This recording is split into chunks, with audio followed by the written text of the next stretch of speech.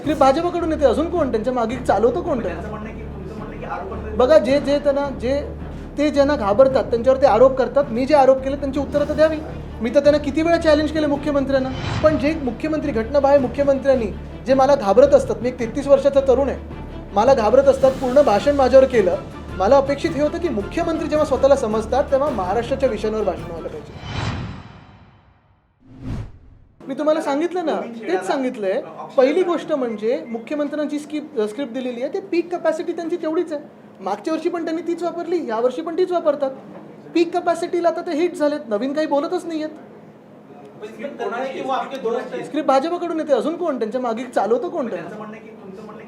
बघा, ते ज्यांना घाबरतात त्यांच्यावर ते आरोप करतात. मी जे आरोप केले त्यांची उत्तरं तर द्यावी. मी तर त्यांना किती वेळा चॅलेंज केले मुख्यमंत्र्यांना.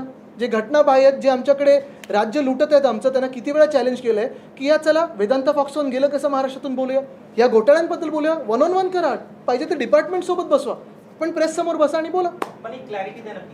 क्लॅरिटी म्हणजे पहिलं तुम्ही याच्यावर क्लॅरिटी विचारा ना त्यांना. तुम्ही त्यांच्याकडून आलेत का? मला सांगा, तुम्ही विदर्भात एक प्रश्न आहे, महाराष्ट्राला काय मिळालं? आश्वासनं खूप मिळालं, पण जे मुख्यमंत्री, घटनाबाह्य मुख्यमंत्र्यांनी जे मला घाबरत असतात, मी एक 33 वर्षाचा तरुण आहे, मला घाबरत असतात, पूर्ण भाषण माझ्यावर केलं. मला अपेक्षित हे होतं की मुख्यमंत्री जेव्हा स्वतःला समजतात तेव्हा महाराष्ट्राच्या विषयांवर भाषण व्हायला पाहिजे. तेव्हा महाराष्ट्राच्या जे तरुण बेरोजगार आहेत त्याच्यावर भाषण व्हायला पाहिजे. जे उद्योग आपल्या राज्यात आले नाहीत त्याच्यावर भाषण व्हायला पाहिजे. जी लॉ अँड ऑर्डर, कायदा सुव्यवस्थेची जी परिस्थिती आहे त्याच्यावर भाषण व्हायला पाहिजे. नवीन काही चांगली कामं केली असतील त्याच्यावर भाषण व्हायला पाहिजे. शेतकरी आहेत त्याच्यावर भाषण व्हायला पाहिजे. पण ते सोडून जसं मी सांगितलं, त्यांनी त्यांची पीक कपॅसिटी आरोप करायची हिट केली, ती स्क्रिप्ट परत वाचत असते. आमचा गट नाही, आमचं शिवसेना उद्धव बाळासाहेब ठाकरे पक्ष आहे आणि आपण लवकरच पाहाल की महत्त्वाची गोष्ट म्हणजे लोकसभेत आम्ही महत्त्वाची भूमिका ही तिथे पार पाडूच. तरी देखील आम्हाला हीच अपेक्षा आहे की सुप्रीम कोर्टाकडून देखील न्याय मिळेल.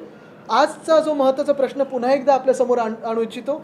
MTHLसाठी उशीर करू नका. दिघा स्टेशनसाठी 8 महिने झाले तयार आहे, तरी उशीर करू नका. लोकांचे हाल होत आहेत. उरण लाईन लोकांचे हाल होत आहेत. डोंबिवली मानकोली कनेक्टर लोकांचे हाल होत आहेत. तसंच आज एक आनंदाची बातमी म्हणजे लोकायुक्तांनी सुनावणी ठेवलेली आहे स्ट्रीट फर्निचरच्या घोटाळ्यावर. मला हीच अपेक्षा राहील की MCनी उत्तर द्यावीत आणि मी जे त्यांना पत्र लिहिलेत ते 22 कोटी त्यांनी का दिलेत कॉन्ट्रॅक्टरला ते परत घ्यावेत, डिपॉझिट जप्त करावं. रस्त्याच्या घोटाळ्यामध्ये परत मी सांगेन, सगळे टर्मिनेट करा कॉन्ट्रॅक्ट आणि नवीन